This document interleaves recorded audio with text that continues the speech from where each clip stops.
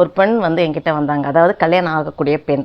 அந்த பெண் வந்து என்கிட்ட கேட்குறா. என்ன கேட்குறா அப்படின்னா, அம்மா எங்கள் அம்மா சொல்கிறாங்க, நீ புகுந்த வீட்டுக்கு போன பிறகு அவங்க என்ன சொல்கிறாங்களோ அதன்படி தான் நீ கேட்கணும் அப்படின்ட்டு சொல்கிறாங்கம்மா.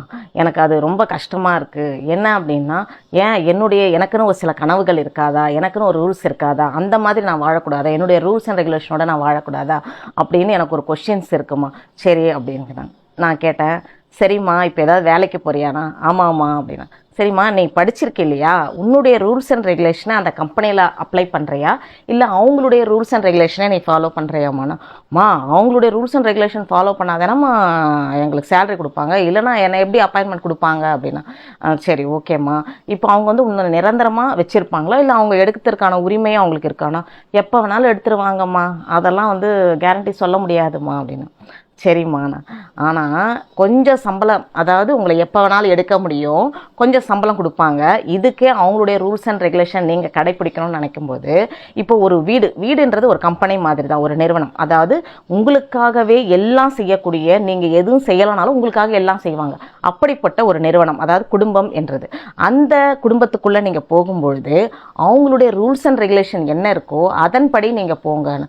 என்னம்மா நீங்கள் சொல்கிறீங்க, அப்போ நாங்கள் எங்களுக்காக நீங்கள் எப்போ வாழறது?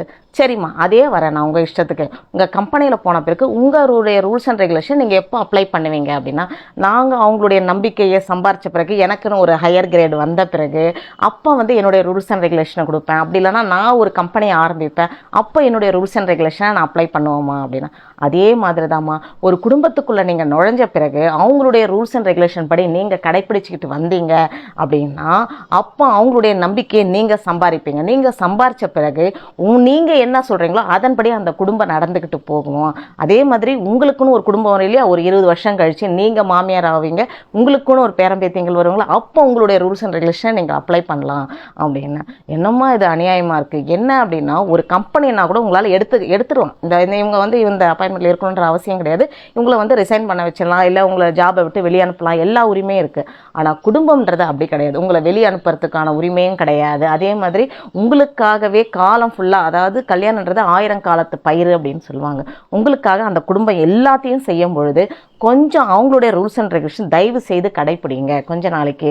ஏன்னா நிலை உயரும் போது பணிவு கொண்டால் உலகம் உன்னிடம் மயங்கும் அப்படின்ற ஒரு பாடல் இருக்குது. அப்படி இருக்கும்போது உங்களுக்காக செய்யக்கூடிய அந்த குடும்பத்தில் அவங்களுடைய ரூல்ஸ் அண்ட் ரெகுலேஷனோட நீ நடந்துக்கிட்டு போனீங்கன்னா இதை விட பெரிய அன்பு வேறு எந்த இடத்துலையும் சம்பாதிக்க முடியாது.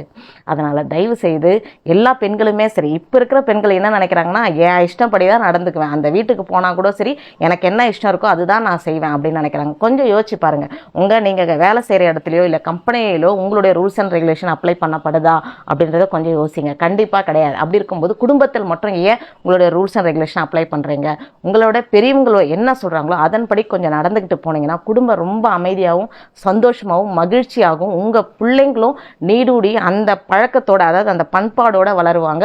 அதனால் நம்ம குழந்தைகள் என்ன பண்ணுவாங்கன்னா, நம்ம சொல்கிறதெல்லாம் பிள்ளைங்க செய்கிறதில்ல, நம்ம என்ன செய்கிறோமோ அதை தான் அப்படியே கற்றுக்குதுங்க. அதனால் நீங்கள் செயலில் நீங்கள் எதெல்லாம் பண்ணுறீங்களோ அதெல்லாம் பிள்ளைங்க கற்றுக்கும். நீங்கள் எப்படி உங்கள் மாமியார்கிட்ட நடந்துக்கிட்டீங்க, உங்கள் அப்பா அம்மா கிட்ட நடந்துக்கிட்டீங்களோ அதே மாதிரி தான் உங்கள் பிள்ளைங்களும் நாளை, அதாவது ஒரு 20 வருஷம் கழிச்சு உங்ககிட்ட அந்த அன்போட பாசத்தோட அந்த மரியாதையோட அந்த பிள்ளைங்க கற்றுக்கிட்டு வருங்க. அதனால் கொஞ்சம் வந்து பெற்றோர்களை வந்து மதித்து நடங்க, புகுந்த வீட்டிலையும் கொஞ்சம் மதித்து நடங்க, உங்கள் குடும்பம் வந்து சந்தோஷமாக இருக்குங்க.